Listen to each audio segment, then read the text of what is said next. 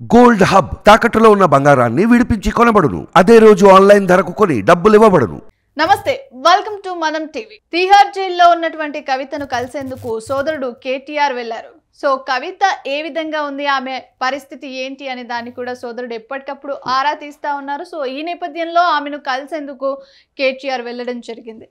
అయితే అక్కడికి వెళ్ళిన నేపథ్యంలో కవితతో కేటీఆర్ ఏం మాట్లాడారు, రాష్ట్ర రాజకీయ పరిస్థితి పైన ఆమెకి ఎలాంటి విషయాలు, బీఆర్ఎస్కి సంబంధించి కూడా ఏం చెప్పారనే దాన్ని కూడా ప్రస్తుతం అయితే హైలైట్గా నిలుస్తున్నటువంటి పరిస్థితి కనిపిస్తూ ఉంది. అయితే కవిత అరెస్ట్ అయ్యి ఇప్పటికీ 3 నెలలు కావస్తూ ఉంది.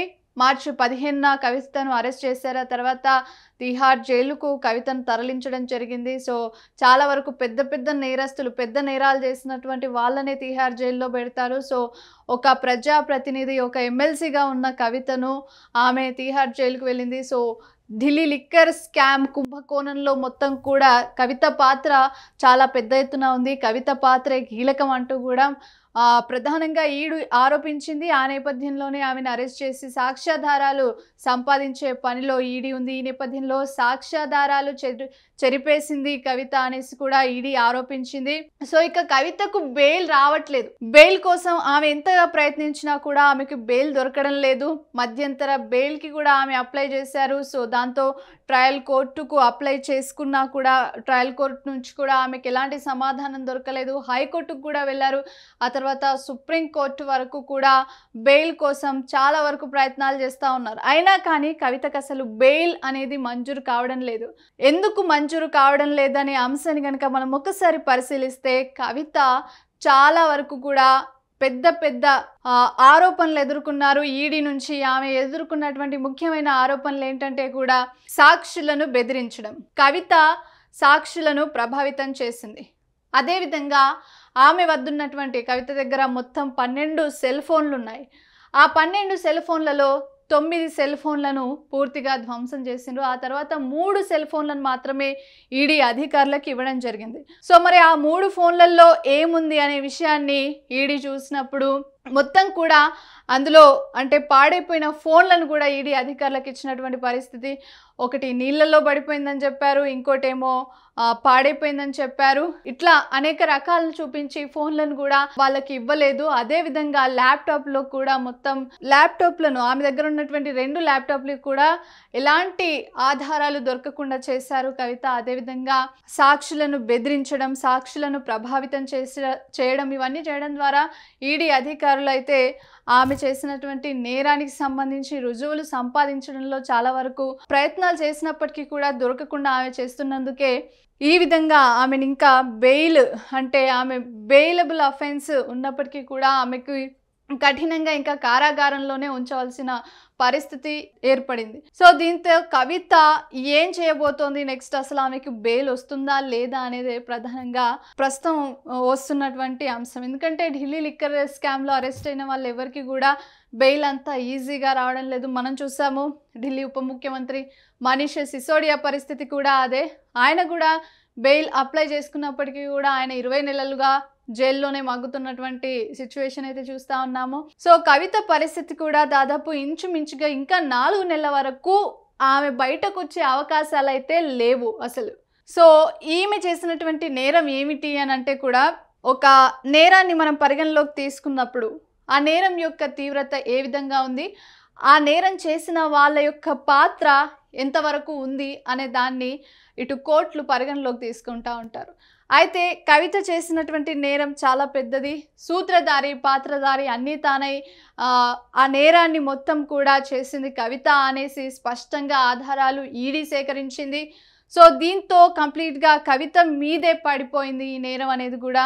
సో ఆమె మధ్యంతర బెయిల్ కావాలి, సో మా ఇంట్లో తన కుమారుడికి ఎగ్జామ్ ఉంది, సో తన మానసికంగా కొంత లోన్లీగా ఫీల్ అవుతున్నాడు మదర్ లేకపోవడంతో అంటూ కూడా ఆమె విన్నపించుకున్నప్పటికీ కూడా కోర్టులు అయితే బెయిల్ నిరాకరించడం జరిగింది. కవితకు ఎలాంటి బెయిల్ అనేది మంజూరు చేయలేదు. సో ఆమె రిమాండ్ అయితే ప్రస్తుతం ఇంకా 2 వారాల కంటే ఈ నెల 21 వరకు కూడా పొడిగించింది కోర్టు. సో దీంతో ఆమె ఇంకా రిమాండ్లోనే ఉన్నారు. ఇక ఢిల్లీ లిక్కర్ స్కామ్ కుంభకోణంలో ఒక నిందితురాలుగా ఉన్నటువంటి కవిత ఇప్పటి వరకు ఆమె ఒక నిందితురాలుగా ఉన్నారు, ఆరోపణలు ఎదుర్కొంటా ఉన్నారు.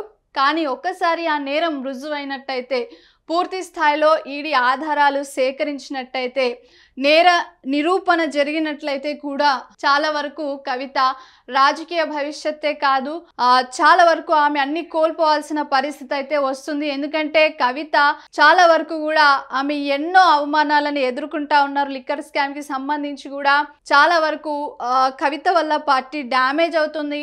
అదేవిధంగా ఇటు అధికారంలో కూడా లేకుండా పోయింది బీఆర్ఎస్ పార్టీ. సో ఎంపీ సీట్లను కూడా ఒక్క సీట్ను కూడా గెలుచుకోలేదు. అదేవిధంగా ఎమ్మెల్యే ఎలక్షన్స్లో, శాసనసభ ఎన్నికల్లో చాలా పెద్ద ఘోర పరాభవాన్ని ఎదుర్కోవాల్సిన పరిస్థితి బీఆర్ఎస్ పార్టీకి వచ్చింది. సో అంత జరిగినా కూడా ఇక ఈమె గనక ఇలాగే జైల్లో ఉండాల్సి వస్తే, నేర నిరూపణ జరిగినట్లయితే ఇక కవిత భవిష్యత్తు అంతమైపోయే ప్రమాదం అయితే ఉందో.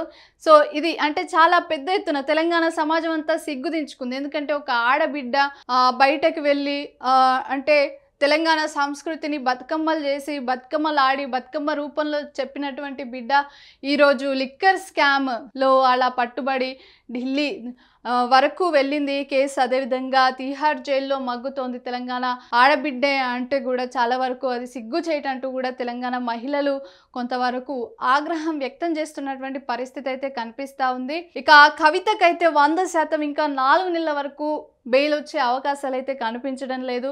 సో చాలా క్లియర్ కట్గా ఉంది. ఇక కేసీఆర్ కూడా కవితను కలిసేందుకు ఆయన విముఖతగా ఉన్నారు.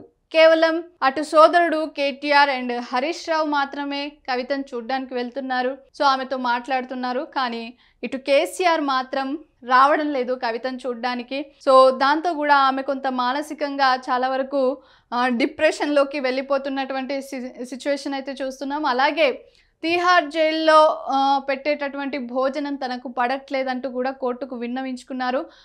తనకు హోమ్ ఫుడ్ కావాలి, సౌత్ ఇండియన్ ఫుడ్ కావాలంటూ కూడా చెప్పినప్పటికీ కూడా అధికారులు మాత్రం నిరాకరించారు. అలాగే ఆమె కొన్ని పుస్తకాలు కూడా కావాలంటూ చెప్పడం జరిగింది. సో అక్కడ ఆమె పుస్తకాలను కూడా చదవాలి అనేసి కూడా అలా అంటే ప్రతిసారి అడుగుతూ ఉంది కోర్టును. సో దీనికి సంబంధించే ప్రధానంగా అయితే కవితకి బెయిల్ వస్తుందా లేదా అనే అంశం అయితే యావత్ ఇటు భారతదేశంలో కూడా చాలా పెద్ద ఎత్తున దుమారం అయితే రేపుతోంది. ఎందుకంటే ఒక మాజీ ముఖ్యమంత్రి కూతురు ఈ విధంగా జైల్లో, అది కూడా లిక్కర్ స్కామ్లో నేరారోపణలు ఎదుర్కొంటున్నారంటే అది చాలా పెద్ద డ్యామేజ్గా అయితే అటు బీఆర్ఎస్ పార్టీ కూడా భావిస్తున్నటువంటి సిచ్యువేషన్ అయితే కనిపిస్తోంది. సో ఇది వాల్చి టాపిక్. మరో అంశంతో మళ్ళీ కలుద్దాం. అంతవరకు చూస్తూనే ఉండండి మనం టీవీ.